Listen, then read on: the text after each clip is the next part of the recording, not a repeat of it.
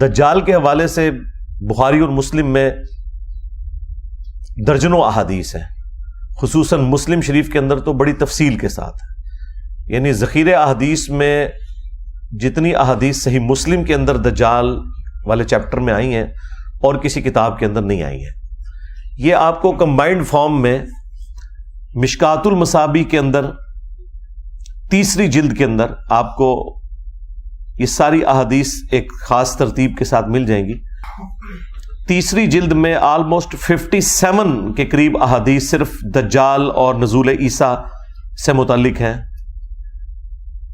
وہ آپ پڑھیں انشاءاللہ، آپ کو اوورال ایک بلو پرنٹ سامنے آ جائے گا اس حوالے سے. میں تو اس میں سے جو کنکلوژن ہے وہ آپ کے سامنے رکھ سکتا ہوں کہ ہم نے کیا کرنا ہے. یعنی سب کی تو یہی خواہش ہے نا کہ اس فتنے سے بچیں. اس کے لیے نبی صلی اللہ علیہ وآلہ وسلم نے جو ارشاد فرمایا وہ میں آپ کے سامنے رکھ دوں گا. یہی چیز ہے، اس سے زیادہ ہم کیا کر سکتے ہیں، اور اس سے زیادہ کی ضرورت بھی نہیں ہے. خام خواہ اس کے اوپر ایک ہنگامہ کھڑا کر کے اور اپنی طرف سے چیزیں ایڈ کر کے لوگوں کو اپنے خیالات کا اسیر کرنا، یہ بڑی سخت زیادتی والی بات ہے. اس کی وجہ سے پھر احادیث والا معاملہ تو بیک فٹ پہ رہ جائے گا. دجل عربی زبان میں کہتے ہیں دھوکے کو، جھوٹ کے لیے بھی استعمال ہوتا ہے. اور یہ جو دجال ہے اسے المسیح الدجال کہا گیا ہے، یعنی جھوٹا مسیح. سچے مسیح کون ہے؟ عیسیٰ ابن مریم علیہ السلام. اور جھوٹا مسیح کون ہے؟ المسیح الدجال، جو بالکل قرب قیامت میں آئے گا. تو اس کا مطلب یہ ہے کہ وہ ایک دھوکہ ہے انسانیت کی آزمائش کے لیے. یہودیوں کے ہاں یہ چیز موجود ہے، ان کی پوری ہسٹری میں آپ کو انبیاء کرام علیہ السلام کے حوالے سے بڑی تفصیلات ملیں گی. اور یہ ان کا ایک سمجھ لیں ایک شغف ہے، انبیاء کرام علیہ السلام کے بارے میں سارا یہ نالج رکھنا. ان کی کتابوں میں پروفیسیز بھی موجود ہیں. ان میں سے جو سب سے بڑی پروفیسی جس کے اوپر یہ اسرائیل بھی قائم کیا ہے ان لوگوں نے، وہ یہ ہے کہ قرب قیامت میں ایک مسیح آئیں گے جنہوں نے پوری دنیا کے اوپر حکومت قائم کرنی ہے.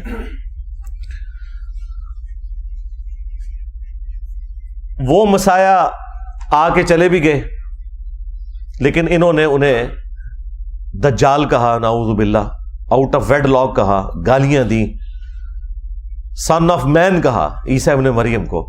اللہ تعالیٰ نے ان کی جان بخشی کی اور انہیں زندہ آسمانوں پہ اٹھا لیا. اب قرب قیامت میں جب دجال آئے گا تو یہ اس کو اپنا وہ مسیح مان لیں گے، اور پھر اس کو قتل کرنے کے لیے عیسیٰ ابن مریم کو اللہ تعالیٰ دنیا میں بھیجیں گے. لہذا یہ جو پرسنالٹیز ہیں یہ 2 ہیں. ایک عیسیٰ مسیح ہے جو اوریجنل مسیح ہے، اور ایک ہے مسیح الدجال جو جھوٹا مسیح ہے، جسے ہم دجال کہتے ہیں. یہودیوں کا لیڈر وہ مسیح ہوگا جو دجال ہے، اور مسلمانوں کا اور کرسچنز کا لیڈر، کیونکہ کرسچنز بھی اسلام قبول کر لیں گے، تو یہ عیسیٰ ابن مریم اسے قتل کریں گے. وہ تفصیلی احادیث موجود ہیں بخاری اور مسلم کے اندر. میں چند ایک احادیث کور بھی کر دوں گا آج انشاءاللہ تعالی.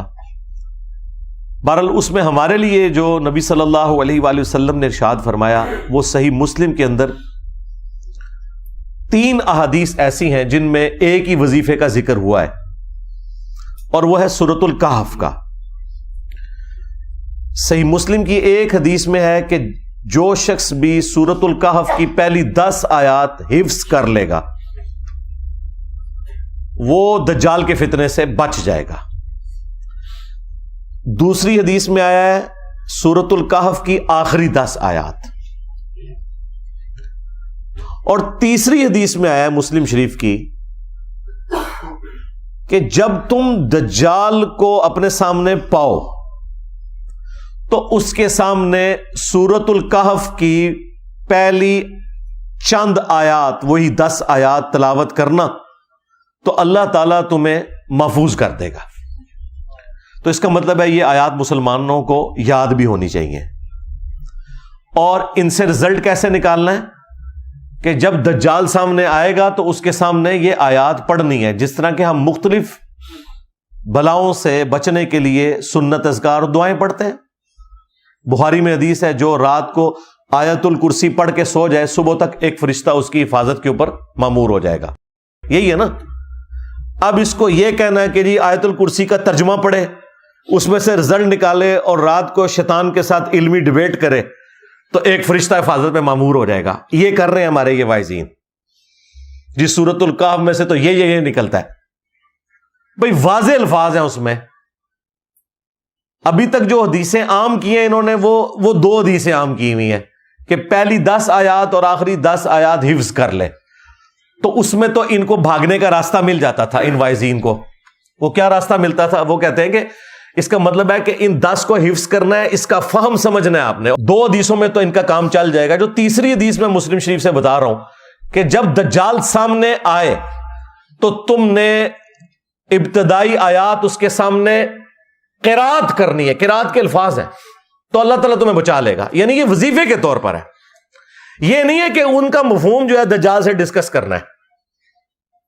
یہ بالکل واضح ہے. باقی یہ بات ٹھیک ہے کہ سورہ الکہف میں سمجھتا ہوں قرآن حکیم میں جامع ترین صورتوں میں سے ایک صورت ہے. اور سورۃ الکہف کا جو مرکزی ٹاپک ہے نا وہ دنیا پرستی کی مذمت ہے. مرکزی ٹاپک اس کا سٹارٹ سے لے کے اینڈ تک کہ دنیا کے کتے نہیں بننا. دنیا کی زندگی عارضی ہے, اصل زندگی آخرت کی ہے. اب اس میں چند ایک واقعات چونکہ ڈومیننٹ آ گئے ہیں تو لوگ سورۃ الکہف میں ان واقعات کے پیچھے پڑ جاتے ہیں. لیکن اس کا جو مرکزی ٹاپک ہے چاہے وہ پہلی 10 آیات پڑھ لیں یا آخری 10 آیات اور بیچ میں بھی, وہ ہے دنیا کی زندگی کی بے ثباتی. قرآن کے 2 ہی ٹاپک ہیں, عقیدہ توحید اور دوسرا ہے کہ دنیا کی زندگی عارضی ہے. باقی جو رسالت کا عقیدہ ظاہر ہے وہ تو اس کے اندر امپلائیڈ ہے کہ رسولوں کے ذریعے یہ ہمیں چیزیں پتہ چلی ہیں. تو عقیدہ توحید, رسالت اور آخرت. تو یہ جو تیسری حدیث ہے جس میں آیا کہ دجال سامنے آئے تو تم نے یہ قرات کرنی ہے, اللہ تعالیٰ تمہیں بچا لے گا, اس کا مطلب ہے کہ اس کا تعلق وظیفے کے ساتھ ہے. باقی ٹھیک ہے آپ نے جتنی مرضی اس کی تفسیر بیان کرنی ہے وہ کریں. سورۃ الکہف کے اندر دنیا کی زندگی کی جو مذمت آئی ہے, یعنی دنیا میں ڈوب نہ کوئی جائے, ورنہ تو دنیا کی زندگی میں آپ نے رہنا ہے, پھر دنیا حسنہ اللہ سے مانگنا ہے, لیکن اس کو اپنے اوپر حاوی نہیں کرنا. اس کے علاوہ سورۃ الکہف میں اصحاب الکہف کا واقعہ آیا, ذوالقرنین بادشاہ کا واقعہ آیا, موسیٰ اور خضر علیہ السلام کا واقعہ, یاجوج ماجوج کا بھی ذکر ہے, اور پھر کنکلوژن دوبارہ ہوئی ہے دنیا کی زندگی کی مذمت کے اوپر اور عقیدہ توحید کے اوپر. آپ خود پہلی 10 آیات پڑھ لیں اور آخری 10 آیات پڑھ لیں. تو واضح حدیث یہ ہے کہ جب دجال سامنے آئے تو پہلی 10 آیات تلاوت کرنی ہے. تو امت کو بتانے کا کام یہ ہے کہ پہلی 10 آیات کو آپ حفظ کریں. باقی جو قرآن کی تعلیمات کو ترجمے سے پڑھنا, اس کے فہم کے اوپر عمل کرنا, اسے حرز جاں بنانا, اس میں تو مجھ سے زیادہ کون زور دیتا ہے. میں نے تو آگے کہا کہ خدا کے لیے طوطے بنا کے نہ نکالو حفاظ کو, قرآن کے مفہوم کو سمجھیں, اپنے عقیدے کو درست کریں. لیکن اس میں یہ غلوف کرنا کہ اور چیزیں نکالنا شروع کر دینا اور اس کا کوئی اینڈ ہی نہ ہو, یہ والی زیادتی نہ کریں پلیز. امت کو اس کے حال کے اوپر چھوڑ دیں قرآن و سنت تک جتنا نبی صلی اللہ علیہ وآلہ وسلم نے تعلیم فرمایا. تو یہ بالکل واضح ہے کہ قرات کرنی ہے, اس کے لیے آپ کو 10 آیات یاد ہونی چاہیے. اور جامع ترمذی میں اس کو سپورٹیو ایک روایت بھی ہے, اس کی صحت میں کلام ہے, لیکن بعض کے نزدیک وہ درست بھی ہے. اس میں ہے کہ روزانہ ان 10 آیات کی تلاوت بھی کی جائے. تو میں اسے فٹ ان سمجھتا ہوں اس کے اندر, اس اعتبار سے کہ جو روزانہ ان 10 آیات کی تلاوت کرے گا تو ہی اسے زبانی یاد بھی رہے گی. جو چیزیں آپ روزانہ پڑھتے ہیں وہی آپ کو زبانی یاد رہتی ہیں, ادروائز تو بندہ بھول جاتا ہے. تو روزانہ کم از کم ایک دفعہ, بھلے فجر کے بعد یا مغرب کے بعد, پہلی 10 آیات سورۃ الکہف کی یہ حرز جاں بنائے کہ انہیں آپ نے پڑھنا ہے. باقی اس کی تفسیر تو میں نے ویڈیو میں ریکارڈ کرائی ہوئی ہے, وہ آپ ضرور دیکھیں. ڈاکٹر اسرار صاحب نے بھی بڑی تفصیل کے ساتھ ریکارڈنگ کرائی ہے, وہ بھی آپ دیکھیں. پورے قرآن کو ظاہر ہم نے فالو کرنا ہے ترجمے کے پوائنٹ آف ویو سے، اس کی تعلیمات کے پوائنٹ آف ویو سے. اور بخاری مسلم میں ایک اور حدیث ہے جس میں نبی صلی اللہ علیہ وآلہ وسلم نے ہر نماز میں ہمیں حکم دے دیا ہے کہ 4 چیزوں کے شر سے آپ نے اللہ کی پناہ طلب کرنی ہے نماز کے تشہد کے اندر. اللہم انی اعوذ بک من عذاب جہنم ومن عذاب القبر ومن فتنة المحیا والممات ومن شر فتنة المسیح الدجال. یعنی جہنم کے عذاب کے اگینسٹ، قبر کے عذاب کے اگینسٹ، زندگی اور موت کے فتنے کے اگینسٹ، اور جھوٹے دجال کے فتنے سے بچنے کے لیے ہر نماز کے تشہد میں آپ نے یہ دعا مانگنی ہے. تو یہ 2 وظائف ہیں بھائی. سورۃ الکہف کی پہلی 10 آیات روزانہ پڑھیں، یاد کریں، اور خدا نخواستہ کبھی دجال کا سامنا ہو جائے تو اس کے سامنے اس کو آپ تلاوت کریں تو اللہ تعالیٰ آپ کو محفوظ رکھے گا. اور دوسرا یہ ہے کہ ہر نماز کے ہر تشہد کے اندر آپ جہاں اور دعائیں مانگتے ہیں وہاں پہ یہ دعا بھی آپ نے مانگنی ہے. اور یہ دعا تو اتنی اہم ہے کیونکہ بخاری مسلم میں الفاظ ہیں کہ نبی علیہ السلام حکم دیتے تھے یہ دعا مانگنے کا. تو مسلم شریف میں ایک روایت امام مسلم لے کے آئے ہیں کہ جو طاؤس تابعی تھے ابن عباس کے شاگرد، ان کو یہ پتا چلا کہ ان کے بیٹے نے تشہد میں یہ دعا چھوڑ دی ہے، تو انہوں نے اسے بلا کے کہا کہ یہ دعا تشہد میں مانگو ورنہ اپنی نماز ہی دوبارہ پڑھو. یعنی اس لیول تک تابعین اس دعا کا اہتمام کرتے تھے. باقی دعائیں بھی مانگے، ربنا آتنا فی الدنیا حسنہ وفی الآخرۃ حسنۃ وقنا عذاب النار. اصحاب الکہف کی دعا جو میرا بھی وظیفہ ہے، جو پہلی 10 آیات میں آتی ہے سورۃ الکہف کی 10ویں آیت یہی ہے، ربنا آتنا من لدنک رحمہ وہیئ لنا من امرنا رشدا. اور اس کا ترجمہ بھی آپ کے ذہن میں ہونا چاہیے، تو وہ آپ کے اوپر وہ کیفیت طاری ہوگی. رب اجعلنی مقیم الصلاۃ ومن ذریتی ربنا وتقبل دعاء. یہ والی دعا بھی، جتنی قرآنی دعائیں ہیں وہ آپ مانگیں تشہد کے اندر. وہ تو بخاری مسلم میں حدیث ہے، جب تشہد پڑھ چکو درود شریف تو جو چاہو اپنے رب سے مانگو. تو جتنی سنت دعائیں قرآن و سنت کے اندر جو دعائیں معصورہ آئی ہیں وہ آپ ساری کی ساری مانگا کریں. وہ آپ کا اپنا ایک شغف ہے کہ، لیکن ظاہر ہے یہ نفلی عبادات کے لیے. فرض نماز کو آپ نے اتنا لمبا نہیں کرنا کہ لوگوں کے لیے تکلیف بن جائے. اپنی نفلی نمازوں میں جتنی مرضی دعائیں مانگے. تو یہ 2 وظائف ہیں جی جو میں نے آپ کو بتا دیے. تیسرا وظیفہ جو میں نے ڈیڈکٹ کیا ہے، اس طرح کا کوئی ڈیڈکٹ کرے تو وہ بالکل درست ہے، اور وہ ہے قرآن و سنت کی تعلیمات کو پڑھنا، اس پہ عمل کرنا، اور اسی کو فائنل اتھارٹی ماننا، کسی بابے کی بات کو نہ ماننا. یہ بھی وہ وظیفہ ہے جو آپ کو دجال سے بچائے گا. آپ سوچ رہے ہیں کہ کیسے؟ جی بخاری مسلم میں لکھا ہوا ہے کہ جب دجال آئے گا تو ایک مؤمن اس کے سامنے کھڑا ہوگا. وہ اسے کہے گا میں تیرا رب ہوں، مان مجھے. وہ کہے گا کہ مجھے نبی کی حدیث پہنچی ہے کہ تو دجال ہے. وہ کہے گا میں تیرے 2 ٹکڑے کر کے تجھے دوبارہ زندہ کروں گا، پھر تو مجھے رب مان لینا. مردوں کو زندہ کرنا تو رب کا کام ہے. وہ اس کے 2 ٹکڑے کرے گا، اس کے درمیان چلے گا، پھر اسے جوڑ کے دوبارہ زندہ کر لے گا. کتنی بڑی آزمائش ہے. یعنی انسانی تاریخ میں اتنی بڑی آزمائش کسی نے دیکھی ہوگی؟ وہ زندہ ہو جائے گا، پھر وہ اسے کہے گا ہاں سنا اب بتا. وہ کہے گا کہ تیرے اس عمل نے میرے عقیدے میں ہی مضبوطی کی ہے، کیونکہ نبی علیہ السلام نے یہ بھی فرمایا تھا کہ ایک مومن کو قتل کر کے وہ دوبارہ زندہ کر لے گا. تو دجال ہے. دیکھ لیں بابوں کے ماننے والے تو پہلے گر پڑیں گے. بابی گئے ہاں. اور جو کتابی ہوں گے، کتاب و سنت کے ماننے والے، وہ کہیں گے حدیث پہنچی ہے. مجھے بتائیں یہ مخلوق کہاں پائی جاتی ہے جو کہتی ہے کہ یہ میرے نبی کی حدیث ہے، میں کچھ نہیں مانتا. اور ان کے سامنے تو ڈیوڈ کاپر فیلڈ آ جائے تو یہ غوث وقت اسے مان لیں گے. ان کی حالت تو یہ الوژن دیکھ کے یہ گر جانے والے لوگ ہیں. سن سنا کے پاگل ہو گئے ہیں. اگر انہوں نے کوئی چیز دیکھ لی تو انہوں نے تو سجدے میں گر پڑنا ہے دجال کے سامنے. تو نبی علیہ السلام فرماتے ہیں اس کے ایک ہاتھ میں آگ ہوگی اور ایک میں جنت ہوگی. وہ جو آگ ہوگی بیسیکلی وہ جنت ہوگی، اور وہ جو جنت جو ہے وہ اصل میں آگ ہوگی. تو وہ دوبارہ اسے قتل کرنے کی کوشش کرے گا, قتل نہیں کر سکے گا. پھر وہ اسے اٹھا کے آگ میں پھینک دے گا, یعنی اپنی اس جنت کے اندر جو اوریجنل جنت ہوگی لیکن اس کی وہ آگ ہوگی, اپنی طرف سے آگ میں پھینکے گا اور وہ بندہ جنت میں پہنچ جائے گا.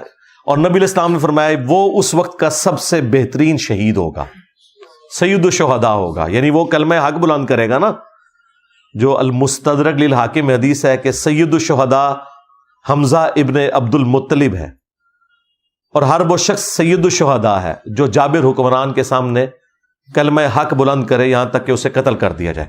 اسی وجہ سے ہم حضرت حسین ابن علی کو بھی سید الشہداء کہتے ہیں.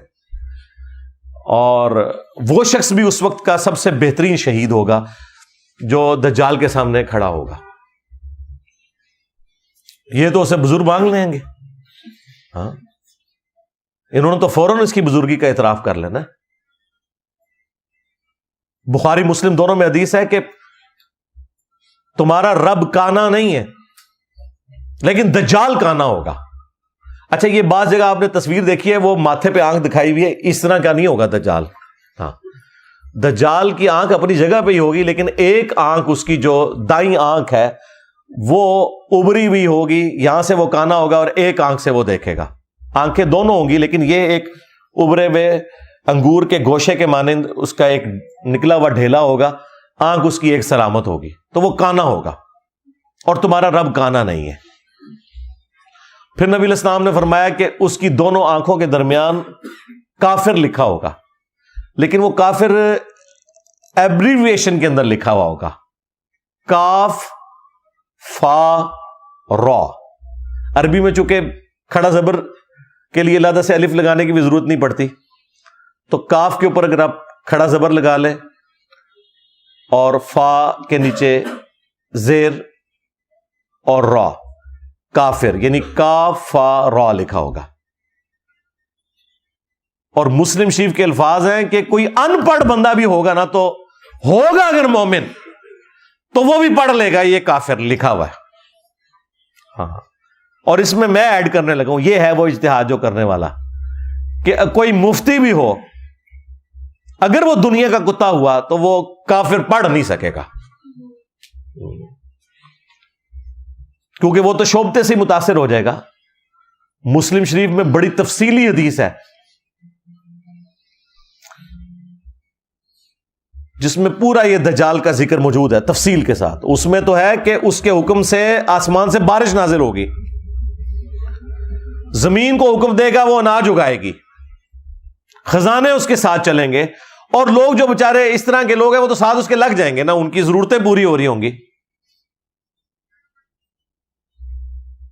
مردہ بھی زندہ کر دے گا, پیچھے کیا رہ گیا کام جو کرے. ہاں تو لوگ اس کے ساتھ اٹیچ ہوتے چلے جائیں گے, تو یہ تو سارے اس کے ساتھ اٹیچ ہو جائیں گے اس کے کرتب دیکھ کے. وہ کہیں گے عبد القادر جیلانی, تو ہو سکتا ہے ان میں سے کہیں گے وہ انجینئر جڑا کہندا سی نا, دیکھ لو نا, کہندا سی عبد القادر جیلانی نے کوئی مردے زندہ نہیں کیے, یہ دیکھو ہمارا آ گیا عبد القادر جیلانی پارٹ 2.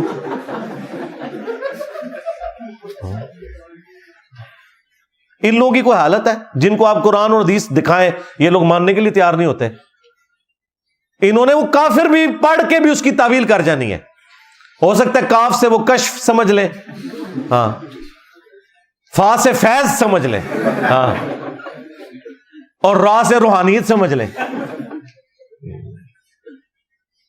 تو بچے گا وہی بھائی جس کا یہ نعرہ ہوگا کہ میرے نبی سا ہے ہی کوئی نہیں, تیرے بابے تے شاہ ہی کوئی نہیں, تیرا بابا دجال تے شاہ ہی کوئی نہیں.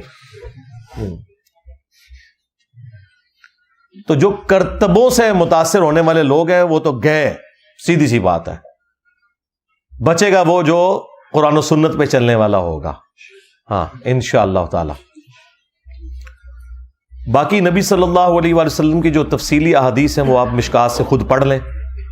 اس میں ایک تمیم داری والی وہ جساسہ والی حدیث بھی ہے, جو ایک سمندری سفر کے دوران ایک جزیرے پر انہوں نے دجال کو زنجیروں میں جکڑا ہوا دیکھا تھا, اور پھر نبی علیہ السلام کو پوری تفصیل بیان کی. آپ علیہ السلام نے باقاعدہ صحابہ کرام کو جمع کر کے کہا کہ دیکھو میں نے جو نشانیاں بتائی تھیں اس کو اللہ تعالیٰ نے وہ دکھایا بھی ہے.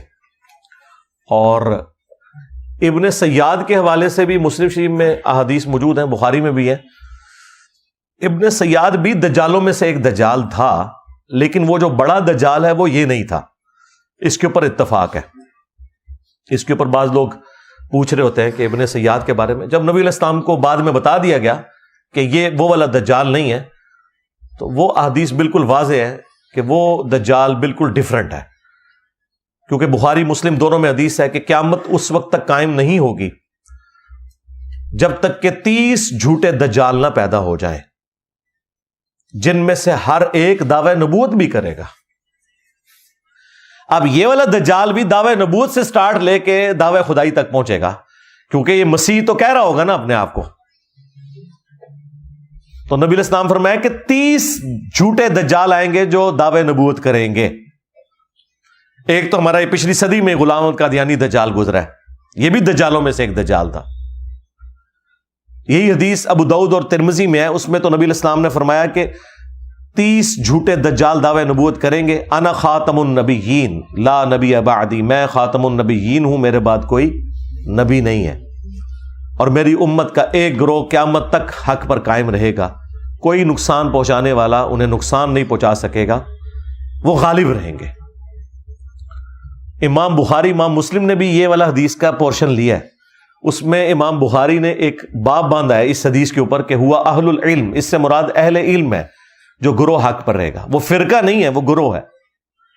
فرقے تو جہنمی ہیں. وہ ابو داؤد میں حدیث ہے کہ 72 فرقے جہنم میں جائیں گے.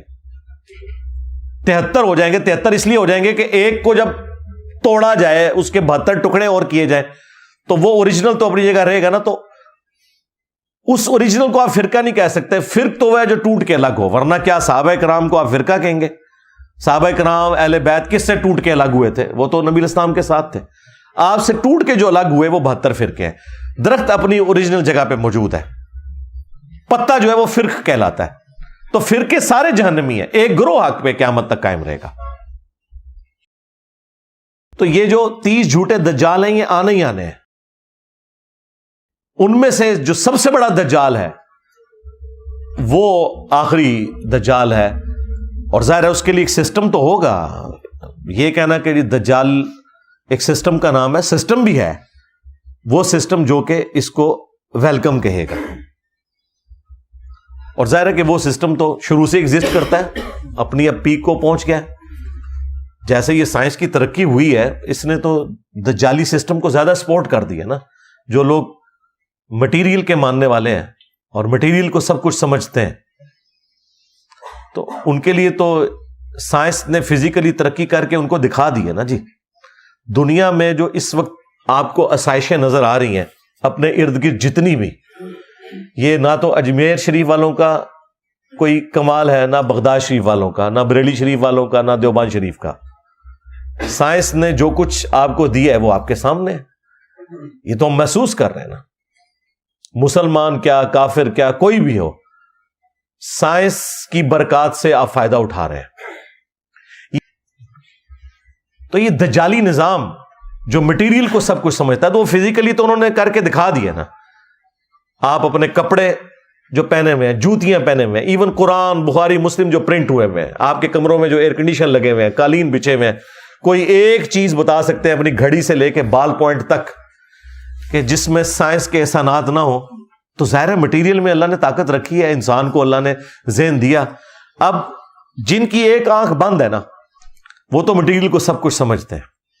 وہ کہتے ہیں انہوں نے تو سب کچھ کر کے دکھا دیا ہے، ہم نے قانون قدرت دریافت کر لی ہے، ہم نے اللہ تعالیٰ کی ہینڈ رائٹنگ کو سمجھ لیا ہے، اب ہم ان چیزوں کو یوز کر کے جو مرضی کریں، اور وہ کر کے دکھا بھی رہے ہیں. دیکھیں ایک بندے نے اپنے دفتر میں بیٹھ کے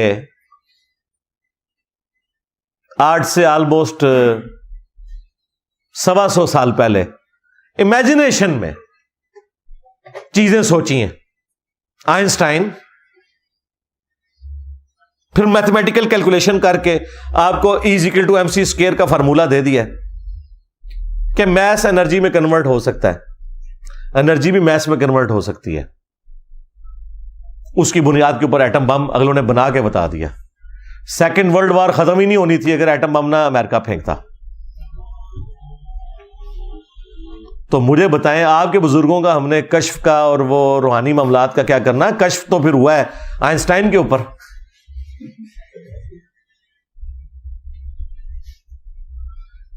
اس کی صرف جو کیلکولیشن ہے نا، جو فارمولے تک پہنچنے کے لیے اس نے جتنا میتھمیٹیکل ورک کیا ہے، وہ ہم کسی غوث وقت کے سامنے رکھتے ہیں، وہ صرف اس کو پڑھ کے بتا دے کہ ہوا ہوا کیا ہے. سمجھانا تو دور کی بات ہے، صرف ریسائٹ کر دے کہ لکھا کیا ہوا ہے.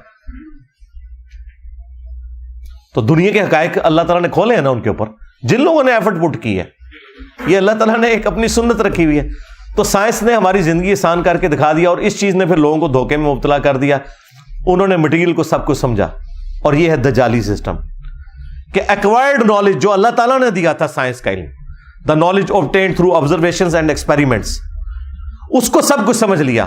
اور جو ریویلڈ نالج تھا، وہی کا علم، جو ہماری آخرت سے متعلق تھا، جو ہماری اخلاقیات سے متعلق تھا، اس سے ان لوگوں نے آنکھ بند کر لی. اسلام تو دونوں علوم کو ساتھ لے کے چلتا ہے. اور میں کہتا ہوں یہ ایکوائرڈ نالج سائنس نے تو جتنی توہمات کی مٹی پلیت کی ہے نا، ہمارے پاس تو کوئی ذریعہ نہیں تھا ان کی مٹی پلیت کرنے کا.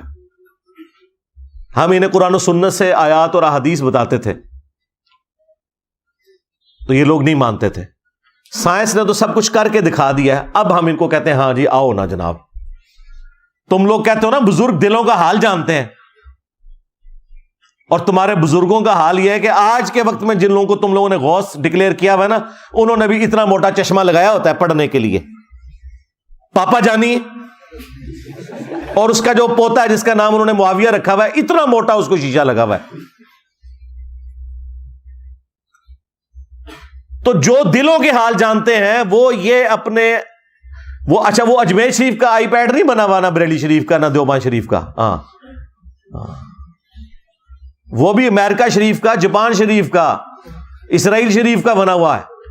اس کو پڑھ رہے ہوتے ہیں، اور اس میں بھی جب نہیں پڑھا جاتا نا تو وہ اینک لگاتے ہیں. ویسے ان کو کوئی بتایا نا یار تھوڑی عزت بچانی ہے، اینک اتار کے نا انہوں تھوڑا زوم کر لیا کرو، انجینئر صاحب دے فتنے تو بچ جاؤ گے. تو وہ اینک لگا کے اس سے پڑھ رہے ہوتے ہیں. یہ لوگ ہیں جو لوگوں کے دلوں کے حال جانتے ہیں. سائنس نے دیکھیں ان کی مٹی کیسی پلید کی ہے کہ اینک ان کو بھی لگانی پڑ گئی ہے. اور اس سے یہ ان کا پول کھل گیا کہ دل کے حال تو چھوڑتے ہیں. جو میں یہ کہتا تھا نا، یہ سامنے سے دیکھ کے نہیں پڑھ سکتے، یہ اردو نہیں پڑھ سکتے بڑھاپے میں دیکھ کے بغیر اینک کے. سائنس پڑھنا تو دور کی بات ہے.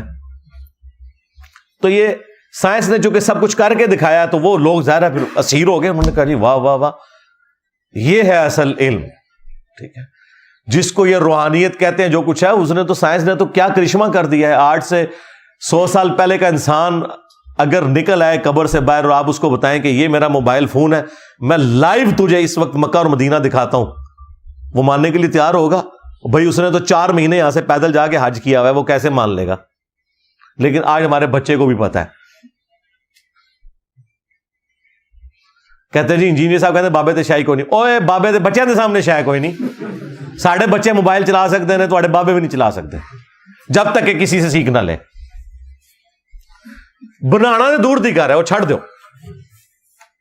بنا تو سکتے ہی نہیں ہے. تو سائنس نے ان کی بہت مٹی پلیت کی. حج عمرے کے لیے جاتے رہے نا یہ سارے بزرگ. تیل تو 1960 میں گوروں نے ہی نکالا ہے. ان سے پوچھے جب تم مکے مدینے حج کے لیے جاتے تھے تیل کیوں نہیں تمہیں نظر آیا؟ تسی تو 7 زمینہ تھلے ویکھدے سو. جی انجن روک لیا جی بابا جی نے، انجن بڑھایا نہیں روکیا. لیاؤ کڈو کیڑے بابے جے انجن روک کے دسن، چڑھائیے انجن تھوڑے بابے ہوتے. انجن روک لیا، اندازہ بھی ہے ان کو. میں پیر میری سے صاحب کا پڑھ رہا تھا، انجن روک لیا. اور ان کی بایوگرافی پڑھے تو وہ خود ٹرین پہ حج کرنے گئے تھے، یہاں سے کراچی گئے تھے، سٹیم انجن چلتا تھا. ظاہر ہے کراچی اگر وہ جاتے پیدل اس کی بجائے ٹرین پہ، اور وہاں سے پھر بحری جہاز میں گئے تھے. انجن روک لیا جی. تو سائنس نے تو کچھ نہیں چھوڑا. میں کہتا ہوں جی ان کا اسی لیے میں نے کئی سال یہ پہلے کہا تھا کہ یہ جو آج کا ماڈرن دور ہے نا، اس میں یہ جو تم نے دیو مالائی قصے کہانیوں والا دین لوگوں کو بتایا نا، اس کی اب کوئی گنجائش باقی نہیں ہے، یہ ہے ہی فراڈ تھا. ٹھیک ہے، اور یہ نہ سمجھیے گا کہ یہ میری تھاٹس ہے، ہمارے ذہن والے لوگ شروع سے ایگزسٹ کرتے ہیں، لیکن چونکہ حکومتوں کے اندر صوفیاء کے ماننے والے بیٹھے ہوئے تھے، وہ ایسے لوگوں کو قتل کروا دیتے تھے، ان کی آواز کو دبا دیا جاتا تھا. یوٹیوب تو نہیں تھا نا. آج آپ امیجن کریں انٹرنیٹ یوٹیوب نہ ہوتا تو آپ لوگ یہاں بیٹھے ہوتے ہیں، دنیا کے کونے کونے سے آ کے یہاں پہ لوگ مجھے مل کے جاتے ہیں. یہ ایک چھوٹے سے کمرے میں یہ آواز دفن ہو جانی تھی. یہ تو اللہ تعالیٰ نے ایک فیصلہ فرمایا ہے کہ ٹھیک ہے، صحیح بات لوگوں تک پہنچے. ادروائز شروع سے لوگ یہ ایسی باتیں کرتے تھے، انہیں گستاخ کہہ کے، کبھی باغی کہہ کے، کبھی یہود و نصارہ کے ایجنٹ کہہ کے یہ لوگ مروا دیتے تھے. لیکن حقیقت یہ ہے کہ باتیں انہی کی قرآن و سنت میں نکلتی ہیں، جو یہ کہتے ہیں وہ کوئی نہیں نکلتا. کہتے ہیں جی نکلتا ہے، دیکھیں جی وہ تخت بلقیس آ گیا تھا. اچھا جی تخت بلقیس آ گیا تو رفع الیدین کرنا چھوڑ دئیے. کوئی رفع الیدین شروع کر دے نا، اسے کہتے تخت بلقیس آ گیا سی. بھائی تخت بلقیس دا رفع الیدین نال کے تعلق؟ تو میں تو ان کو پھر للکارا ہے کہ ٹھیک ہے یار چھڑ دو، اسٹیچو آف لبرٹی امریکہ کا لاؤ مارگلا ہلز کے اوپر رکھو. کیڑا بابا جے لے آؤ بابا کے دو بار، میں مان لاں گا. ہاں تخت بلقیس والا واقعہ وہ ہم مانتے ہیں. بھائی عیسیٰ ابن مریم نے مردوں کو اللہ کے عزت سے زندہ کیا، ہم مانتے ہیں. تمہارے عبد القادر جیلانی کے بارے میں جھوٹ بولو گے وہ نہیں مانیں گے، ورنہ میں کہتا ہوں جی میں بھی مردے زندہ کرتا ہوں. چلو یہ کیا کہیں گے آگے سے؟ کہیں گے نا کر کے دکھا. تو تسی نہیں کر کے دکھانا، جھوٹے ہو. یہ میرے نیچے جو تخت ہے میں کہتا ہوں جی میں لے کے آؤں جی پلک جھپکنے سے پہلے. چلو منو، کیا کہیں گے؟ لے آ کے دکھاؤ. یہی بات جب ہم کرتے ہیں کہتے ہیں جی دیکھو مندے ہی نہیں. تو کوئی اصول ہے آپ کا جس کے اوپر آپ کھڑے ہوئے؟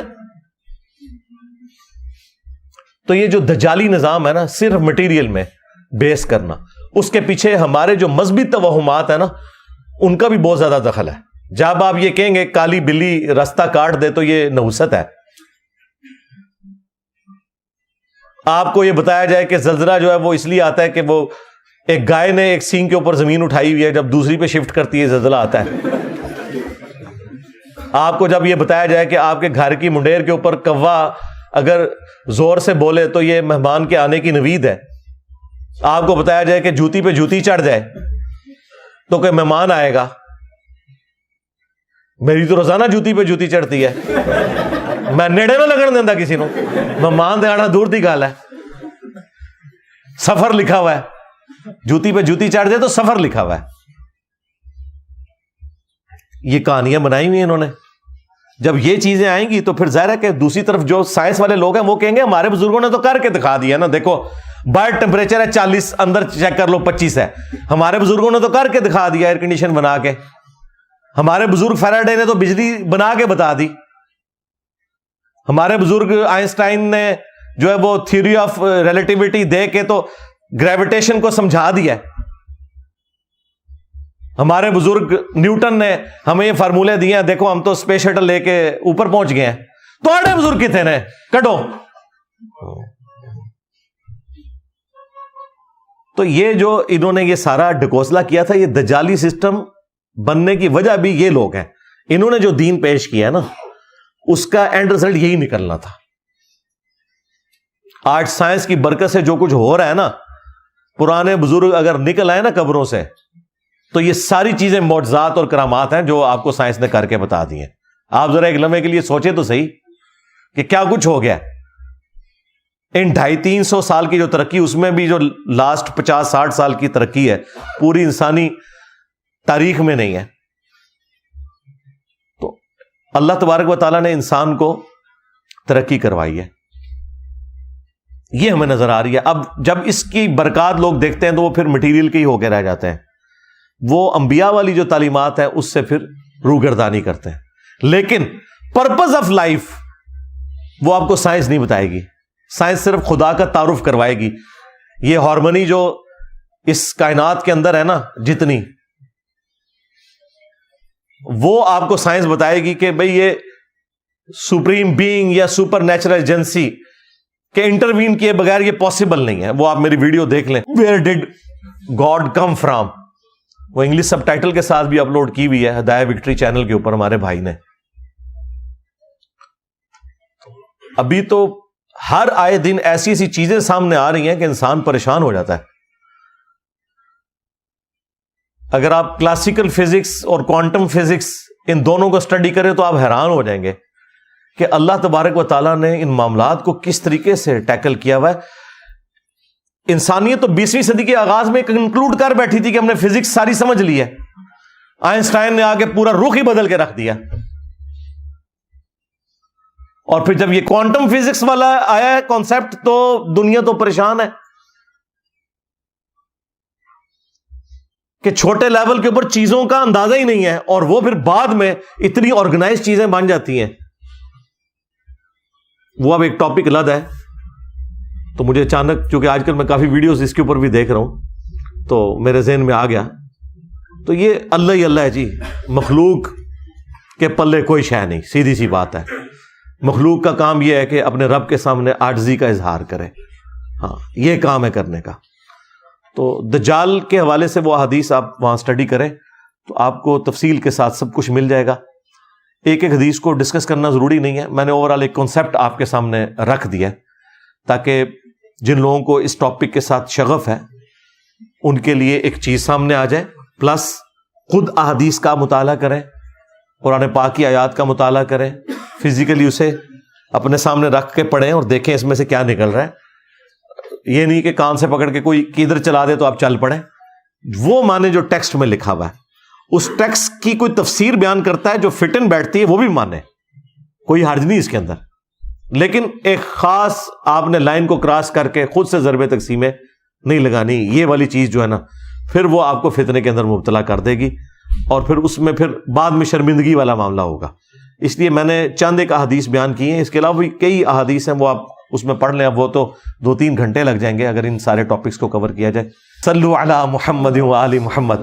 اللہم صلی علی محمد وعلی آل محمد واصحاب محمد وازواج محمد وامت محمد اجمعین الی یوم الدین. آمین.